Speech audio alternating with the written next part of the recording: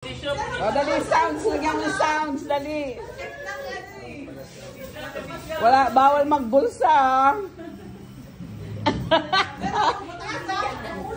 Ready? Ready?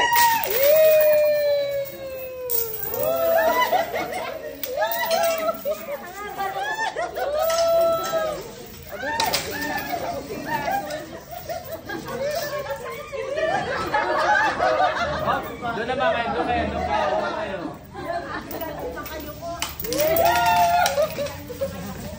Ayan. Hello mga mahal ko. Ayan, papaagaw ng bagay. Ayan, dito pa kami. Sa kusina, doon yung mga pastor. Ayan, di ba?